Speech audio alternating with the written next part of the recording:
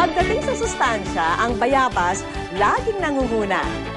Kaya naman ito ang pinili naming sangkap na maghahatid sa inyo ng kakaibang sarap. Once upon a time, sa isang kaharian, namuno ang haring si Barabas. Kilala siya sa pagiging malupit sa kanyang mga alipin.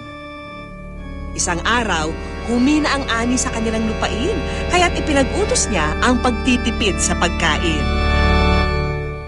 Pero habang nagugutom ang mga tao, ang sakim na hari patuloy pala sa paglamon.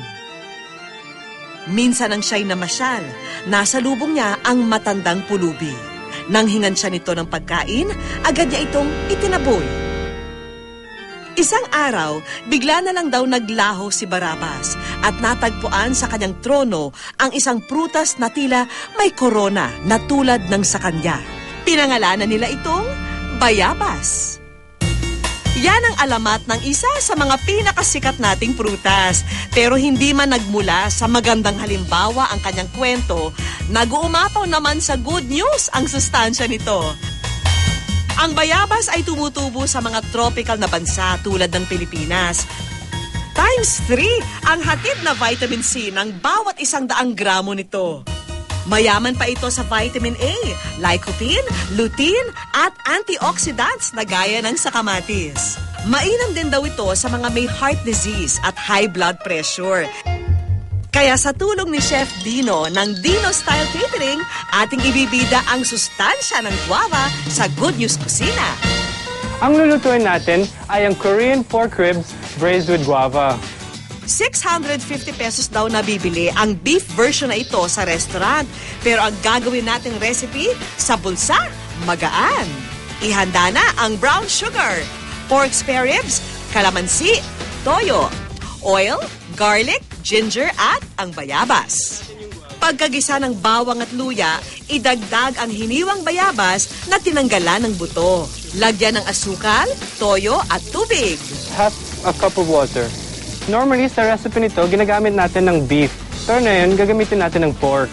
Dagdagan ito ng tubig hanggang sa malubog ang karne at saka pigaan ng kalamansi.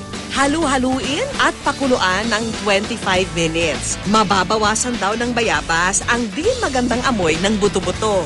Mula 650 pesos, ma-enjoy na ang dish na to for only 140 pesos na good for 3 persons. Ito namang ostrich with guava butter. Tumataginting din ang presyo sa 600 pesos. Pero syempre, gagawa tayo ng version minus na malaking gastos. So from ostrich meat, which is super mahal, we're going to use beef instead. We're going to make a steak with guava butter. I-ready na ang beef, toyo, oil, butter, kalamansi, onions, brown sugar, salt and pepper, saging na saba, repolyo at syempre pa ang guava. Paghalu-haluin ang toyo, sibuyas, kalamansi at brown sugar. Ito ang magiging marinade ng beef. Maglagay naman ng mantika at butter sa mainit na kaldero at saka ihulog ang bayabas at sibuyas. Pagkalagay ng salt and pepper, dagdagan ito ng tubig. Hintayin itong lumambot at saka durugin. So now it's time for grilling. But if you don't want to use your grill at home, you can always pan grill it na lang. Maglagay ng kaunting mantika sa kawali. Ilagay na ang marinated beef, sibuyas at ang dinurog na guava na siya raw magpapalambot sa karne. Para sa side dish, maghanda ng ginisang repolyo. Isunod ang onions, grilled beef at pinritong saging. Sulit na sulit dahil mula 600 pesos, napababa natin ang presyo ng ulam na ito sa 190 pesos na swak sa 2 tao. At time naman for dessert. Itong strawberry tart na 165 pesos per piece, kayang-kaya naming gawing mas mura. Ang strawberry, kailangan lang palitan ng guava. So what we're going to make is a creme brulee with guava.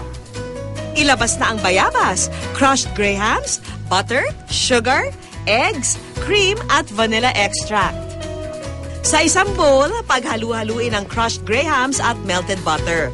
Ito ang magsisilbing base ng ating tart. Ilagay ito sa molde. Sa isang bowl naman, i-mix ang buong itlog, egg yolks at asukal. Ilagay na ang cream na may halong vanilla extract. Siguraduhin lang na pakonti-konti ang lagay nito para mapanatiling malapot ang itlog.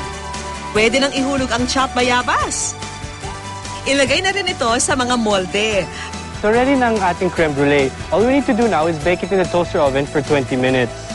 Pagkaluto, pwede nang tanggalin sa mga molde ang ating bonggang dessert. Ang strawberry tart na 165 pesos, ginawa natin ang very Pinoy version for only 30 pesos. Tikiman time! Very tender yung meat and maasim-asim na matamis yung lasa niya. Malambot siya. Tapos parang may lasa siyang parang bayabas. Malambot yung guwabas sa loob. Sa mga recipe na ito, may happy ending na ang kwento ng bayabas. Happy rin ang ating mga tiyan at bulsa sa hatid nitong sarap sa murang halaga.